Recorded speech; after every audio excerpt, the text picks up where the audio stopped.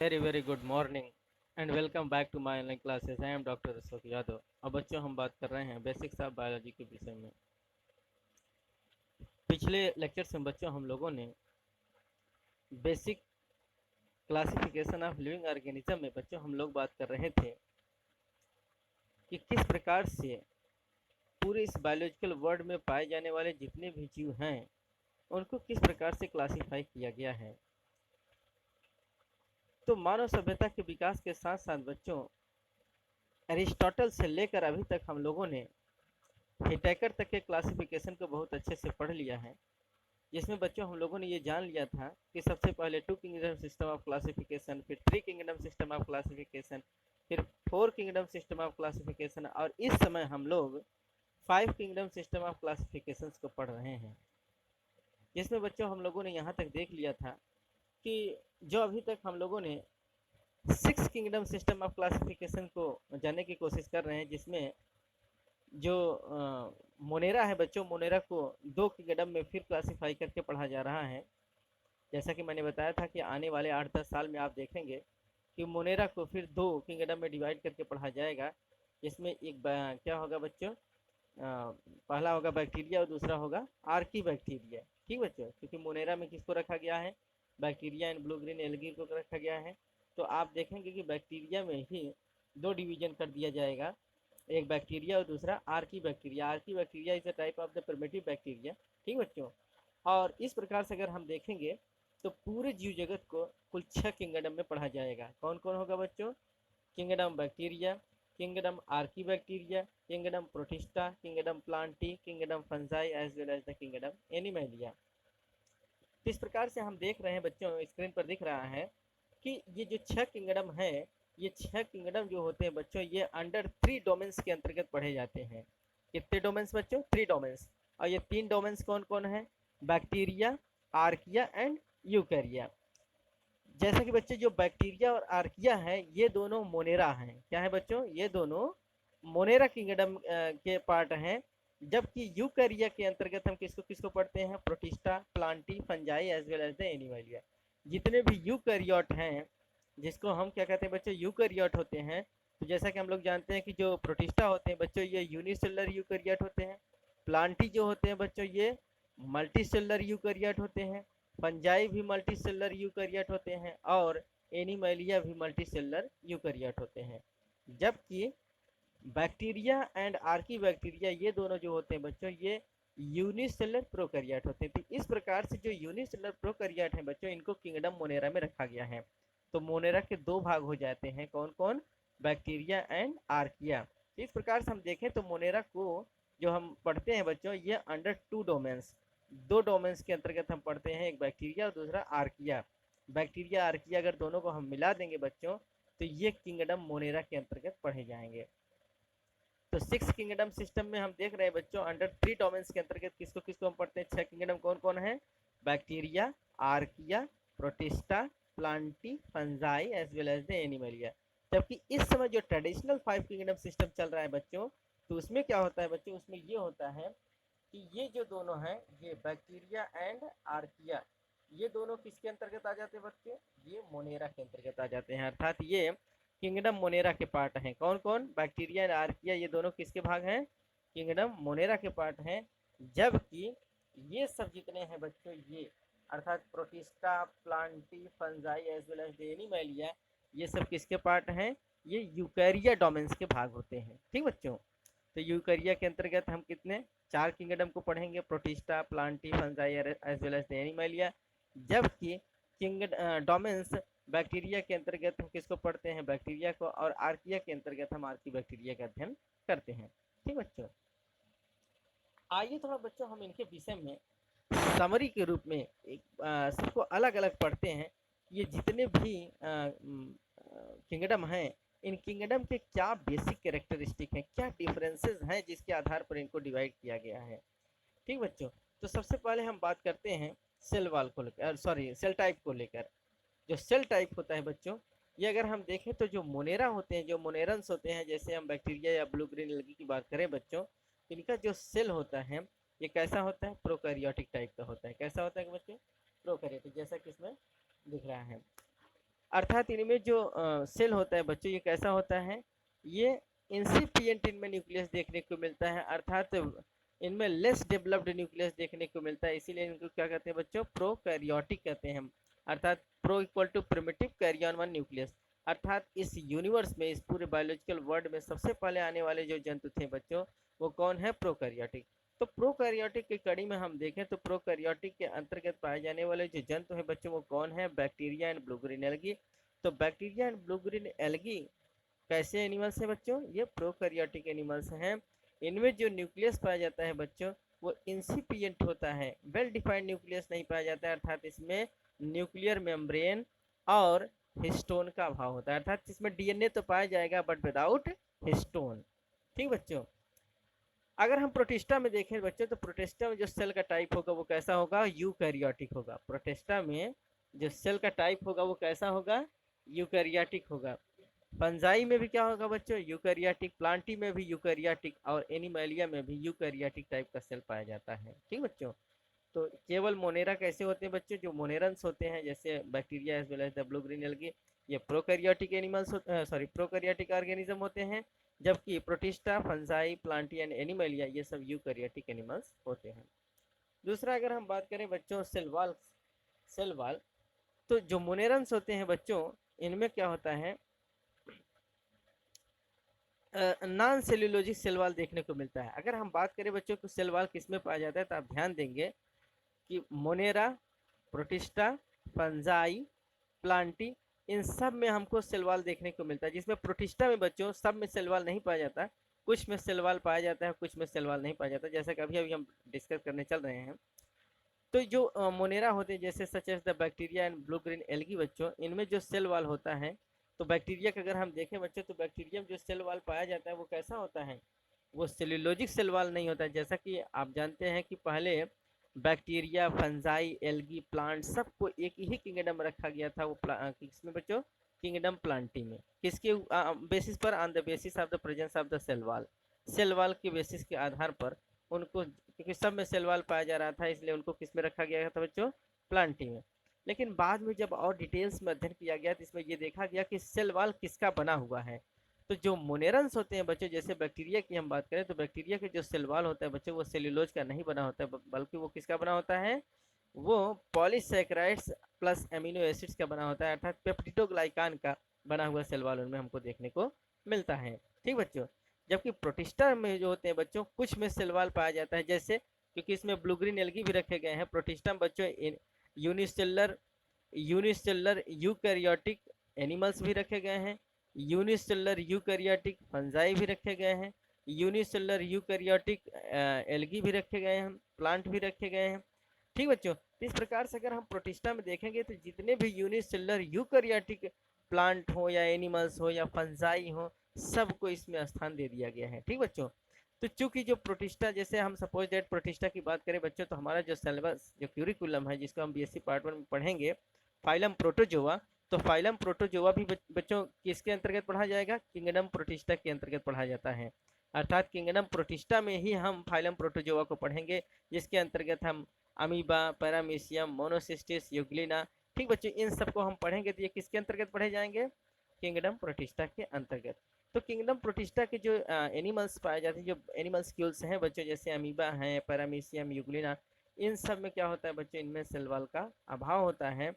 और जो प्लांट पाए जाएंगे, जो फंजाई पाए जाएंगे बच्चों, इन सब में सेल वाल हमको देखने को मिलता है। ठीक बच्चों, इसलिए कि जैसे हम बात करेंगे क्लोरेला और क्लेमाइडोमोनास, तो ये सब क्या है बच्चों, ये एल्गी हैं, फिर भी इनको प्रोटिस्टा में जगह दिया गया है। क्यों, क्योंकि इनमें ये यूनिसेलर यूकैरियोटिक ऑर्गेनिज्म होते हैं, क्योंकि इनमें जो न्यूक्लियस है बच्चों, वो स्पष्ट रूप से दिखाई देता है, वेल डिफाइंड न्यूक्लियस पाया जाता है। तो आइए हम बात करते हैं सेल वाल। तो जो मोनेरंस होते हैं बच्चों, इनमें सेल वाल कैसा होता है, नॉन सेल्यूलोजिक सेल वाल होता है, अर्थात इनमें पॉलीसैकेराइड्स प्लस अमीनो एसिड का बना हुआ सेल वाल पाया जाता है, जिसको हम पेप्टिडोग्लाइकान कहते हैं। जबकि प्रोटिस्टा में बच्चों कुछ में सेल वाल पाया जाता है और कुछ में सेल वाल नहीं पाया जाता।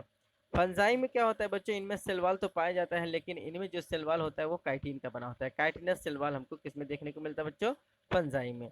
जबकि प्लांटी में जो सेल वाल होता है बच्चों, ये कैसा होता है, सेल्यूलोजिक सेल वाल हमको देखने को मिलता है। और एनिमैलिया में क्या होता है बच्चों, एनिमलिया में जो होता है उनमें सेल वॉल टोटली अब्सेंट होता है, अर्थात एनिमल्स में सेल वॉल नहीं पाया जाता है। ठीक बच्चों, इस प्रकार से अगर हम देखें तो सेल वॉल किसमें पाया जाता है बच्चों, इन चारों में सेल वॉल हमको देखने को मिल रहा है। किसमें मोनेरा में, प्रोटिस्टा में, फंजाई में, as well as the Plantae में, जबकि एनिमलिया में पूर्ण रूप से सेल वॉल का अभाव होता है।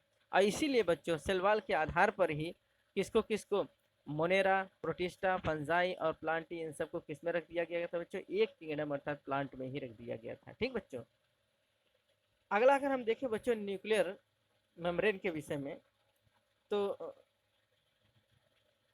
इनका जो न्यूक्लियर मेम्ब्रेन होता है बच्चों ये कैसा होता है, तो हम देखेंगे बच्चों तो मोनेरा में क्या होता है, न्यूक्लियर मेम्ब्रेन का टोटली क्या होता है, अभाव होता है। क्यों? क्योंकि ये प्रोकैरियोटिक होते हैं और जितने भी प्रोकैरियोटिक ऑर्गेनिज्म होते हैं उनमें क्या होता है बच्चों, जो होता है वेल डिफाइंड न्यूक्लियस नहीं देखने को मिलता है, अर्थात उसमें न्यूक्लियर मेम्ब्रेन और हिस्टोन प्रोटीन का अभाव होता है। डीएनए तो पाया जाता है बट विदाउट हिस्टोन पाया जाता है। तो इनमें इंसिपिएंट न्यूक्लियस हमको देखने को मिलता है, लेस डेवलप्ड न्यूक्लियस देखने को मिलता है बच्चों, इसलिए इनमें क्या होता है, न्यूक्लियर मेम्ब्रेन नहीं दिखाई देता। किसमें? मोनेरा में। जबकि आप देख रहे हैं कि protista, fungi, plantae as well as animalia, इन सब में हमको क्या है बच्चों, आप देख रहे हैं, ये देखिए, सॉरी, आप ये देख रहे हैं, तो ये क्या है, इनमें न्यूक्लियर मेम्ब्रेन देखने को मिलता है। किसमें? Plantae, fungi, protista as well as the animalia, इन सब में न्यूक्लियर मेम्ब्रेन देखने को मिलता है, जबकि मोनेरा में न्यूक्लियर मेम्ब्रेन का टोटली अभाव होता है। बात करें अगर हम बॉडी ऑर्गेनाइजेशन की बच्चों, तो किस प्रकार का बॉडी ऑर्गेनाइजेशन होता है, तो जो मोनेरन्स होते हैं बच्चों इनका जो बॉडी ऑर्गेनाइजेशन होता है, अगर हम इनके सेलुलर कंपोजिशंस की बात करें, सेलुलर ऑर्गेनाइजेशन की बात करें, तो इनमें सेलुलर ग्रेड ऑफ ऑर्गेनाइजेशन देखने को मिलता है। ठीक बच्चों, अर्थात इसमें प्रोटोप्लाज्मिक ग्रेड ऑफ ऑर्गेनाइजेशन हमको देखने को मिलता है, और ठीक इसी प्रकार से प्रोटिस्टा में भी हमको सेलुलर ग्रेड ऑफ ऑर्गेनाइजेशन देखने को मिलता है, अर्थात ये दोनों यूनिसेलुलर होते हैं, एक सेल के बने होते हैं, इसलिए इसमें हमको क्या होता है बच्चों, अर्थात ये सेलुलर ग्रेड के होते हैं, एक ही सेल देखने को मिलता है। या तो अगर कभी कभी हमको ज़्यादा सेल उसमें कभी दिखाई देते हैं तो क्लस्टर्स के रूप में दिखाई देते हैं, लेकिन वो कितने होते हैं बच्चों, यूनिसेलुलर ही होते हैं। ठीक बच्चों, तो जो मोनेरन्स होते हैं और प्रोटिस्टन्स होते हैं, ये दोनों क्या, मोनेरा और प्रोटिस्टा, ये दोनों क्या होते हैं बच्चों, यूनिसेलुलर ऑर्गेनिज्म होते हैं। आप इसको रिमार्क कर लेंगे बच्चों, मोनेरा और प्रोटिस्टा दोनों क्या होते हैं, यूनिसेलुलर ऑर्गेनिज्म होते हैं। तो अंतर क्या है बच्चों, जो मोनेरन्स होते हैं बच्चों ये यूनिसेलुलर प्रोकैरियोटिक ऑर्गेनिज्म होते हैं, जबकि प्रोटिस्टा जो होते हैं बच्चों ये यूनिसेलुलर यूकैरियोटिक ऑर्गेनिज्म होते हैं। प्रोटिस्टा में एक कोश की शरीर तो होता है, लेकिन इनमें न्यूक्लियस वेल डेवलप्ड होता है, वेल डिफाइंड न्यूक्लियस देखने को मिलता है, अर्थात इसमें न्यूक्लियर मेम्ब्रेन और हिस्टोन के साथ डीएनए पाया जाता है। जबकि मोनेरा में क्या होता है बच्चों, ये भी यूनिसेलुलर ऑर्गेनिज्म होते हैं, लेकिन इनमें इंसिपिएंट न्यूक्लियस देखने को मिलता है, न्यूक्लियस वेल डिफाइंड नहीं होता है, अर्थात इसमें न्यूक्लियर मेम्ब्रेन का अभाव होता है, और डीएनए विदाउट हिस्टोन देखने को मिलता है। This is very very most important. ठीक बच्चों, अगर हम फंजाई में देखें बच्चों तो इसमें multi cellular grade of organisation देखने को मिलता है, अर्थात बहुत सारे सेल मिलकर टिश्यू का निर्माण करते हैं। तो इनमें लूज कनेक्टिव टिश्यू देखने को मिलता है, लूज टिश्यू सबको देखने को मिलेगा, या एक से ज़्यादा कोशिका इनमें देखने को मिलती है। किसमें बच्चों? फंजाई में। और इसी प्रकार से अगर हम प्लांटी में देखें तो प्लांटी में टिश्यू या आर्गन ग्रेड ऑफ ऑर्गेनाइजेशन हमको देखने को मिलता है। कैसा बच्चों? टिश्यू या आर्गन ग्रेड ऑफ ऑर्गेनाइजेशन हमको देखने को मिलता है। और अगर हम एनिमलियम देखें बच्चों तो ये ज़्यादा एडवांस होते हैं, अगर इनके हम सेलुलर ऑर्गेनाइजेशन की बात करें तो इनमें टिश्यू, आर्गन या organ system grade of organisation मिलता है, अर्थात इसमें टिश्यूज या आर्गन पाया जाता है, और आर्गन सब मिलकर एक इंडिपेंडेंट सिस्टम का निर्माण करते हैं, और सभी सिस्टम्स मिलकर एक ऑर्गेनिज्म का निर्माण करते हैं। तो सबसे ज़्यादा एडवांस जो सेलुलर ऑर्गेनाइजेशन हमको देखने को मिलता है किसमें मिलता है बच्चों? एनिमलिया में। अगर बात करें बच्चों मोड ऑफ न्यूट्रिशन की, तो इसमें जो मोनेरल्स होते हैं बच्चों इनमें हमको सबसे ज़्यादा मेटाबॉलिक डाइवर्सिटी देखने को मिलता है। क्यों? क्योंकि जितने भी मोनेरल्स होते हैं बच्चों इसमें क्या है, ब्लू ग्रीन एल्गी है, बैक्टीरिया है, और इनमें जो मेटाबॉलिक डाइवर्सिटी होती है बच्चों, मेटाबॉलिक मोड होती हैं, वो डिफरेंट प्रकार की होती है। क्यों? क्योंकि ये ऑटोट्रॉपिक मोड ऑफ न्यूट्रिशन करते हैं, है ना बच्चों, क्योंकि इनमें जो ब्लू ग्रीन एल्गी होते हैं ये सूर्य के प्रकाश से अपना भोजन स्वयं बना सकते हैं, तो ये ऑटोट्रॉपिक मोड ऑफ न्यूट्रिशन भी करते हैं। और क्या करते हैं बच्चे, इनमें जो बैक्टीरिया पाए जाते हैं ये क्या होते हैं, ये हेटरोट्रॉपिक मोड ऑफ न्यूट्रिशन। तो ये क्या होते हैं, ऑटोट्रॉपिक मोड ऑफ न्यूट्रिशन भी कर सकते हैं, केमोट्रॉपिक मोड ऑफ न्यूट्रिशन भी कर सकते हैं। ये ऑटोट्रॉपिक भी होते हैं, केमो सिंथेटिक भी होते हैं, फोटोसिंथेटिक भी होते हैं, है ना बच्चों। और साथ ही साथ ये हेटरोट्रॉपिक मोड ऑफ न्यूट्रिशन करते हैं। और ये क्या होते हैं, saprophytic as well as the parasitic भी होते हैं, क्योंकि बैक्टीरिया क्या करते हैं बच्चों, हमारे अंदर बीमारी कॉज करते हैं, इसलिए ये पैरासिटिक भी हो सकते हैं, सैप्रोफिटिक भी हो सकते हैं, सड़े गले मृत पदार्थों पर भी अपना भोजन ये ले सकते हैं। ये फोटोसिंथेटिक भी हो सकते हैं, केमोसिंथेटिक भी हो सकते हैं, और साथ ही साथ ऑटोट्रॉपिक। इस प्रकार से अगर हम देखें तो सबसे ज़्यादा मेटाबॉलिक डाइवर्सिटी जो देखने को मिलता है बच्चों, किसमें देखने को मिलता है, किंगडम मोनेरा में। प्रोटिस्टा में जो होता है बच्चों, इनमें कैसा मोड ऑफ न्यूट्रिशन को देखने को मिलता है, ये ऑटोट्रॉपिक मोड ऑफ न्यूट्रिशन, अर्थात ये ऑटोट्रॉपिक होते हैं। फोटोसिंथेटिक मोड ऑफ न्यूट्रिशन देखने को मिलता है, साथ ही साथ हेटरोट्रॉपिक भी देखने को मिलता है। क्यों, क्योंकि प्रोटिस्टा में भी हम देखें तो इसमें एनिमल्स भी रखे गए हैं, फंजाई भी रखे गए हैं, प्लांटी भी, अर्थात जितने भी यूनिसेलुलर यूकैरियोटिक ऑर्गेनिज्म होते हैं, माइक्रोस्कोपिक ऑर्गेनिज्म होते हैं, जिनका पूरा शरीर एक कोशिका का बना होता है, लेकिन इनमें न्यूक्लियस वेल डिफाइंड देखने को मिलता है बच्चों। ऐसे ऑर्गेनिज्म को प्रोटिस्टा में स्थान दिया गया है। और इस प्रोटिस्टा में यूनिसेलुलर यूकैरियोटिक प्लांट भी देखने को मिलेंगे, यूनिसेलुलर यूकैरियोटिक फंजाई भी देखने को मिलेंगे, यूनिसेलुलर यूकैरियोटिक एनिमल्स भी देखने को मिलेंगे। इस प्रकार से इसमें सबको स्थान दिया गया। तो इनमें भी जो मोड ऑफ न्यूट्रिशन होगा बच्चों, ये ऑटोट्रॉपिक भी होगा, ठीक बच्चों, क्योंकि इनमें जो ब्लू ग्रीन एल्गी सॉरी इसमें जो यूग्लिना पाया जाता है बच्चों प्रोटिस्टा में, आप देखेंगे तो प्रोटिस्टा में हम क्या देखते हैं, प्रोटोजोआ में यूग्लिना है, इसको हम एनिमल और प्लांट के बीच की कड़ी कहते हैं। तो इनमें क्या होता है बच्चों, इनमें ऑटोट्रॉपिक मोड ऑफ न्यूट्रिशन भी देखने को मिलता है, अर्थात ये सूर्य के प्रकाश में अपना भोजन स्वयं बना सकते हैं, और सूर्य का प्रकाश नहीं होता तो ये हेटरोट्रॉपिक मोड ऑफ न्यूट्रिशन करते हैं। तो इस प्रकार से इनमें देखें बच्चों, तो प्रोटिस्टा में भी ऑटोट्रॉपिक मोड ऑफ न्यूट्रिशन देखने को मिलता है, photo synthetic mode of nutrition देखने को मिलता है, साथ ही साथ हेटरोट्रॉपिक मोड ऑफ न्यूट्रिशन हमको देखने को मिलता है। जबकि फंजाई में क्या होता है बच्चों, इसमें हेटरोट्रॉपिक और सैप्रोफिटिक मोड ऑफ न्यूट्रिशन हमको देखने को मिलता है, अर्थात ये अपना भोजन स्वयं नहीं बना सकते, ये दूसरे से भोजन लेते हैं। इसी प्रकार से ये परपोषी होते हैं, हेटरोट्रॉपिक मोड ऑफ न्यूट्रिशन करते हैं, या फिर सड़े गए ऑर्गेनिक मैटर से अपना भोजन ये ग्रहण करते हैं। इस प्रकार से फंजाई में कैसा मोड ऑफ न्यूट्रिशन होता है बच्चों, heterotrophic as well as the saprophytic mode of nutrition देखने को मिलेगा।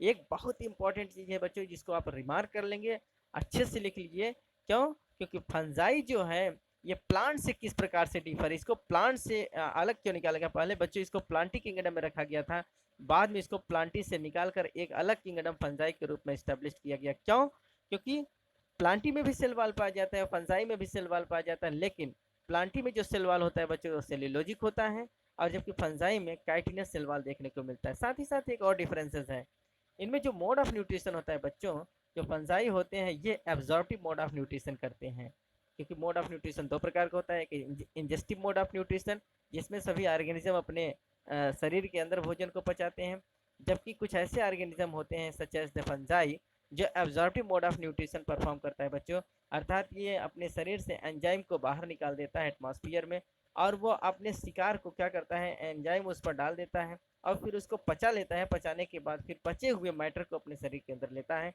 इस प्रकार का जो न्यूट्रिशन होता है बच्चों, इसको एब्जॉर्प्टिव मोड ऑफ न्यूट्रिशन कहते हैं।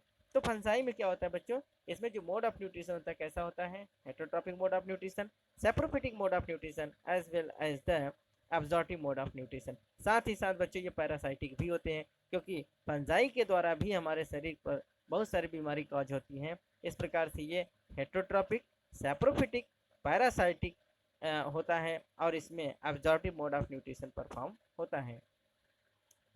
अगर बात करें बच्चों प्लांटी का, तो प्लांटी क्या होते हैं, ये autotrophic and photosynthetic mode of nutrition करते हैं, अर्थात ये अपना भोजन स्वयं बनाते हैं, किसी के ऊपर डिपेंड नहीं होते। ये सूर्य के प्रकाश में क्लोरोफिल के साथ क्या करते हैं बच्चों, कार्बन डाइऑक्साइड और वाटर के साथ अपना भोजन C6H12O6 के रूप में अपना भोजन स्वयं बनाते हैं। ठीक बच्चों, और एनिमैलिया की अगर हम बात करें बच्चों, तो एनिमैलिया में जो मोड ऑफ न्यूट्रिशन होता है ये कैसा होता है, हेटरोट्रॉपिक होता है, होलोजोइक होता है, and saprophytic mode of nutrition हमको देखने को मिलता है। कैसा होता है बच्चों, heterotrophic, holozoic as well as the saprophytic mode of nutrition हमको देखने को मिलता है।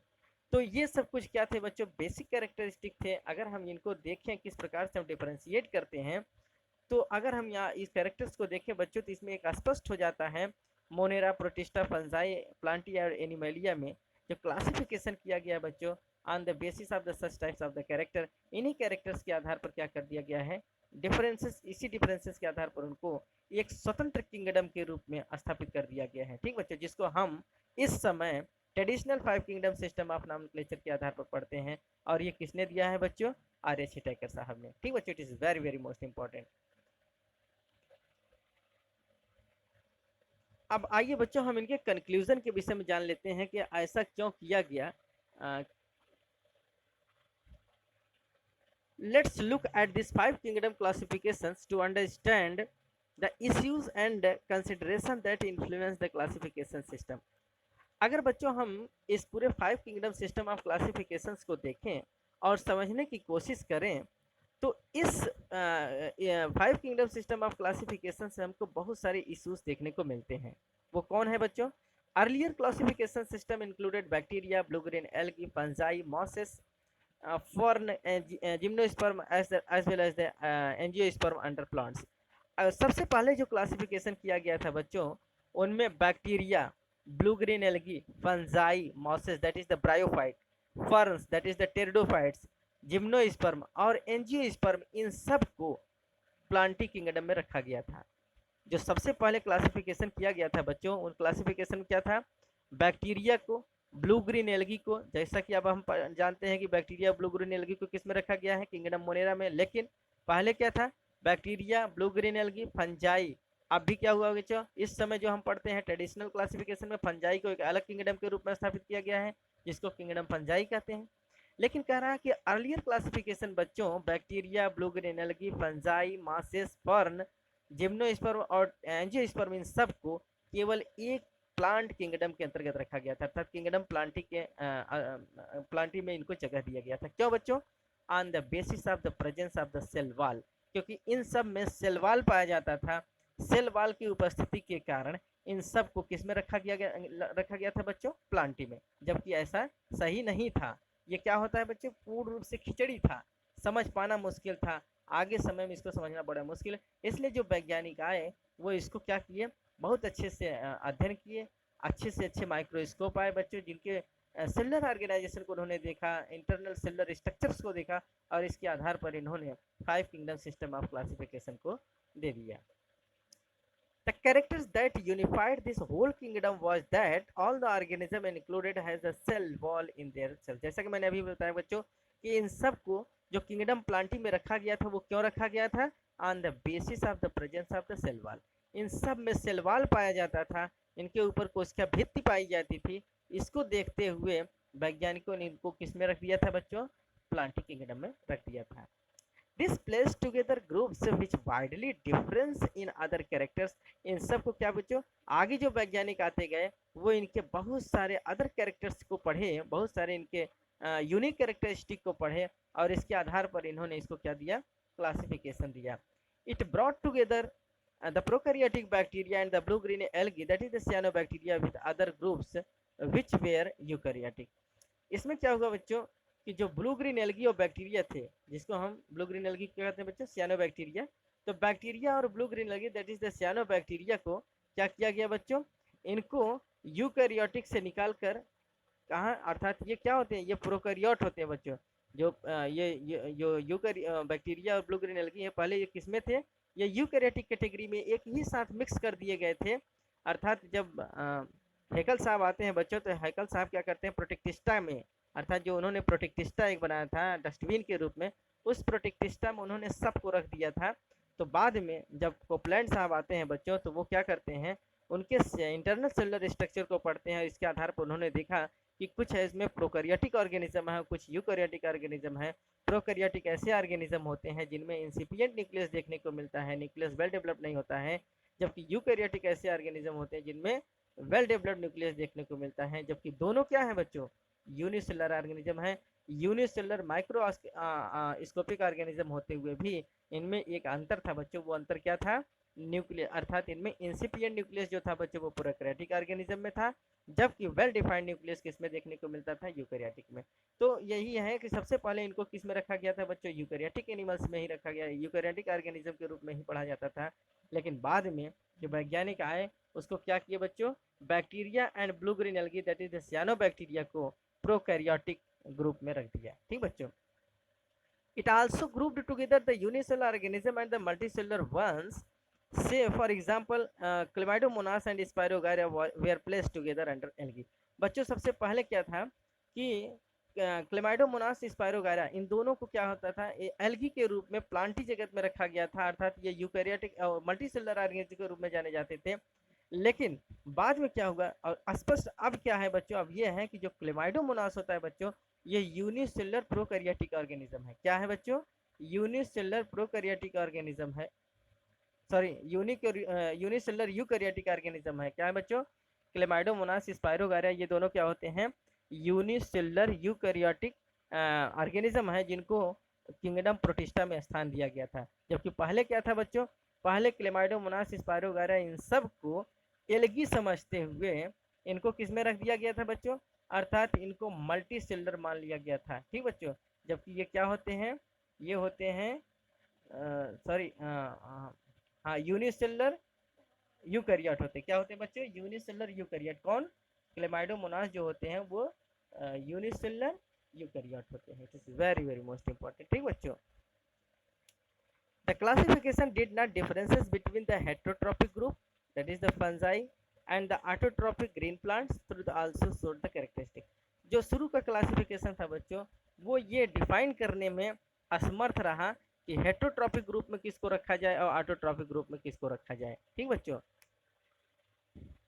differences in their wall composition, fungi has the chitin in the cell wall while the green plants has the cellulosic cell wall। जैसा कि बच्चों अभी अभी हम लोगों ने डिस्कस किया कि सबसे पहले जो एल्गी थे, फंजाई थे, प्लांट्स थे, इन सब को किस में रखा गया था बच्चों, एक ही किंगडम में रखा गया था, किंगडम प्लांटी में। किसके आधार पर, on the basis of the presence of the cell wall. लेकिन बाद में जो अध्ययन किया गया बच्चों, उसमें ये देखा गया कि जो सेल वॉल का कंपोजिशन होता है वो क्या होता है, डिफरेंट होता है। जैसा जैसा कि हम लोगों ने जाना कि जो फंजाई का सेल वॉल होता है वो काइटिन का बना होता है, जबकि प्लांट का जो सेल वॉल होता है बच्चों वो किसका बना होता है, सेल्यूलोज का।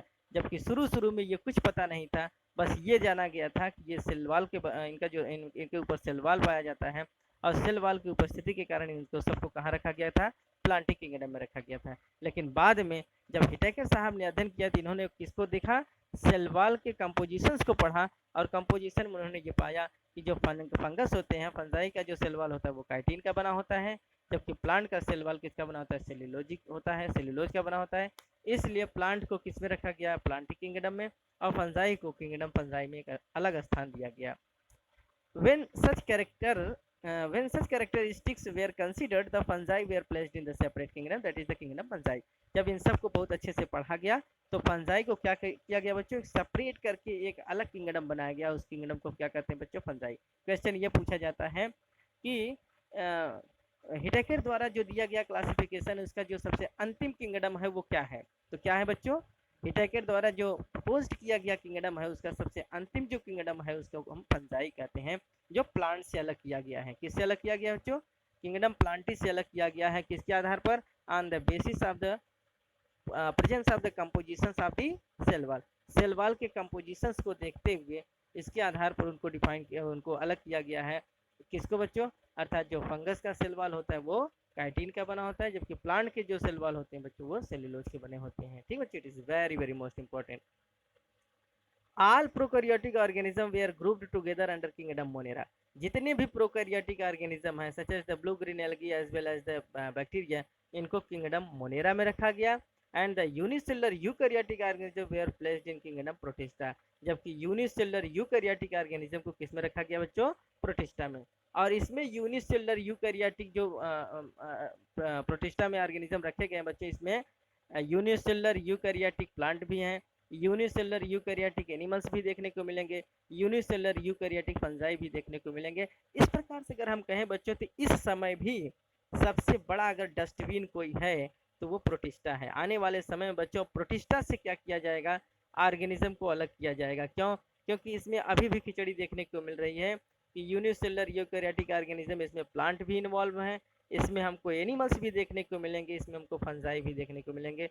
जैसा कि आपको पता होगा कि यूनिसेलुलर यूकैरियोटिक फंजाई के रूप में स्लाइम मोल्ड है, यूनिसेलुलर यूकैरियोटिक एल्गी के प्लांट्स के रूप में क्या है बच्चों, इसमें हमको क्लेमाइडोमोनास स्पायरोगाइरस क्लेमाइडोमोनास और क्लोरेला देखने को मिलेगा, जबकि यूनिसेलुलर यूकैरियोटिक एनिमल्स के रूप में हमको अमीबा, पैरामीशियम, युग्लिना, मोनोसिस्टिस ये सब हमको देखने को मिल रहे हैं। तो इसमें सब खिचड़ी है बच्चों। आने वाले समय में जो वैज्ञानिक, क्योंकि ये एक रिसर्च का मुद्दा होगा, आने वाले जो साइंटिस्ट होंगे बच्चों वो इस डस्टबिन से ऑर्गेनिज्म को अलग करेंगे और फिर 7 किंगडम सिस्टम ऑफ क्लासिफिकेशन देंगे। ठीक बच्चों, kingdom protista has brought together Chlamydomonas chlorella earlier placed in algae within the plant and both having cell wall। जैसा कि बच्चों अभी अभी हम लोगों ने बात किया कि प्रोटिस्टा के अंतर्गत जो प्रोटिस्टा में जो क्लेमाइडोमोनास क्लोरेला जो प्रोटिस्टा में इस समय रखे गए हैं बच्चों, ये सबसे पहले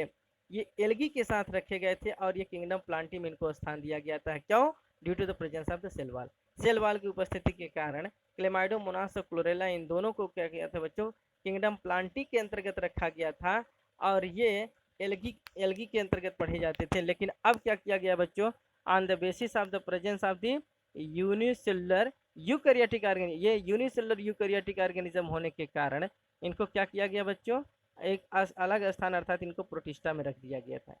किस में रख दिया गया है बच्चों? प्रोटिस्टा में रख दिया गया है। और पहले ये किस में थे? प्लांटी में थे। अब ये किंगडम किस में आ गए हैं? प्रोटिस्टा में। कौन? आप इसको रिमार्क कर लेंगे, क्लेमाइडोमोनास और क्लोरेला दोनों क्या हैं? ये एल्गी हैं, लेकिन पहले इनको प्लांटी किंगडम में रखा गया था, अब इनको किंगडम प्रोटिस्टा में रखा गया है। ठीक बच्चों, तो आप याद कर लेंगे, इसको रिमार्क कर लेंगे कि प्लांट जगत में एल्गी ग्रुप से क्लेमाइडोमोनास और क्लोरेला को निकालकर यूनिसेलुलर यूकैरियोटिक ऑर्गेनिज्म के रूप में, क्योंकि ये यूनिसेलुलर होते हैं बच्चों, ये मल्टीसेलुलर नहीं होते। कौन? क्लोरेला और क्लेमाइडोमोनास, ये दोनों क्या होते हैं? यूनिसेलुलर यूकैरियोटिक ऑर्गेनिज्म होते हैं। और इनको कहाँ रखा गया है? इनको प्रोटिस्टा में रखा गया, किंगडम प्रोटिस्टा में। With paramecium amoeba which were earlier placed in the animal kingdom which lack cell wall। एक और इम्पॉर्टेंट चीज है बच्चों, आप इसको लिख लीजिए। पैरामीशियम और अमीबा को पहले किस में रखा गया था? किंगडम एनिमैलिया में। ये एनिमल्स तो है ही, तो जो पैरामीशियम अमीबा है बच्चों, ये किंगडम एनिमैलिया में रखे गए थे। क्यों इनको एनिमैलिया में रखा गया था? क्योंकि इनमें सेल वॉल नहीं पाया जाता था। जिनमें सेल वॉल नहीं पाया जाता इनको एनिमैलिया में रखा गया था। और ये क्या एनिमैलिया में थे, लेकिन जब इनके ऊपर गहन अध्ययन किया गया बच्चों, इनके बहुत सारे कैरेक्टरिस्टिक को, इंटरनल कैरेक्टरिस्टिक को पढ़ा गया, तो इसमें ये देखा गया कि ये एनिमल्स तो हैं, लेकिन ये कैसे एनिमल्स हैं? यूनिसेलुलर यूकैरियोटिक एनिमल्स, अर्थात ये बहुत माइक्रोस्कोपिक ऑर्गेनिज्म हैं जो एक कोष की होते हैं और ये यूकैरियोटिक होते हैं, अर्थात इनमें वेल डिफाइंड न्यूक्लियस देखने को मिलता है। इसलिए इनको एनिमैलिया से निकाल कर किस में रखा गया बच्चों? किंगडम प्रोटिस्टा में रखा गया, क्योंकि एनिमैलियम जितने होते हैं वो मल्टीसेलुलर यूकैरियोटिक होते हैं, जबकि पैरामीशियम अमीबा क्या होते हैं बच्चों? यूनिसेलुलर यूकैरियोटिक होते हैं। इसी प्रकार से प्लांट में बच्चों जो प्लांट होते हैं वो मल्टीसेलुलर यूकैरियोटिक होते हैं, जबकि क्लेमाइडोमोनास और क्लोरेला ये दोनों एल्गी से बिलोंग करते हुए प्लांट जगत में थे, लेकिन अब इनको क्या किया गया बच्चों? प्रोटिस्टा में रख दिया गया। क्यों? क्योंकि इनका जो कैरेक्टर्स होता है वो यूनिसेलुलर यूकैरियोटिक होते हैं। ठीक बच्चों, it is very very most important. It has put together organism which is earlier classification were placed in the different kingdom। तो ये क्या है बच्चों? ये सबसे पहले एक साथ ही रखे गए थे, सबको खिचड़ी कर दिया गया था, अर्थात ये एक डस्टबिन के रूप में पाए जाते थे। सबको एक जगह सबको एक जगह केवल किंगडम प्लांटी में और किंगडम एनिमैलिया अर्थात दो जगत में ही समेट के रखा गया था, अर्थात एक डस्टबिन के रूप में था, जिसको बाद में हिटेकर साहब आते हैं और दूध का दूध, पानी का पानी कर देते हैं। ठीक बच्चों, this happened because the criteria for classification change. इसके कारण क्या होता है बच्चों? पूरी क्लासिफिकेशन का क्राइटेरिया चेंज हो जाता है। This kingdom of changes will takes place in future to depends on the improvement in our understanding of the characteristic and evolution relationship। आने वाले समय में भविष्य में बच्चों कुछ और भी बदलाव होगा, क्योंकि बहुत सारे कैरेक्टरिस्टिक्स को देखते हुए जो डस्टबिन के रूप में अभी भी प्रोटिस्टा पाया जा रहा है, किंगडम प्रोटिस्टा, इसमें से क्या होगा बच्चों? बहुत सारे ऑर्गेनिज्म के कैरेक्टरिस्टिक को पढ़ते हुए एक स्वतंत्र किंगडम की स्थापना की जाएगी। ठीक बच्चों, over time an attempt has been made to evolve a classification system which reflects not only a morphological, physiological and reproductive similarities, but it also phylogenetic, that is based on evolutionary relationship। तो इस समय जो है बच्चों जो classification किया गया है वो morphological, physiological as well as the reproductive aspects पर ही नहीं बल्कि इनके मार्फोजेनेटिक रिलेशनशिप पर भी किया जा रहा है। ठीक बच्चों, आने वाले भविष्य में भी जो अगला क्लासिफिकेशन किया जाएगा वो मार्फोलॉजिकल कैरेक्टर्स के आधार पर नहीं, फिजियोलॉजिकल कैरेक्टर्स के आधार पर नहीं, रिप्रोडक्टिव सिमिलरिटीज के आधार पर नहीं, बल्कि उनके फाइलोजेनेटिक रिलेशनशिप के आधार पर, उनके इवोल्यूशनरी रिलेशनशिप के आधार पर बच्चों उनको क्लासिफाई किया जाएगा। ठीक बच्चों, तो आज बच्चों हम लोगों ने बहुत अच्छे से पढ़ा कि किस प्रकार से 5 किंगडम सिस्टम ऑफ क्लासिफिकेशन को किया गया है और क्या क्या भ्रांतियां थी, क्या क्या बहुत कम नॉलेज था जिसको बहुत सारे वैज्ञानिकों ने बीच बीच में आकर क्या किया बच्चों उसको अच्छे से पढ़ा और फिर उनको स्वतंत्र किंगडम के रूप में स्थापित किया। जैसा कि बच्चों अब साफ हो गया है कि हमको जो पढ़ना है वो हम आगे जो पढ़ाने चल रहे हैं, हम बीएससी पार्ट 1 का जो पढ़ाएंगे बच्चों वो क्या होगा, फाइलम प्रोटोजोआ।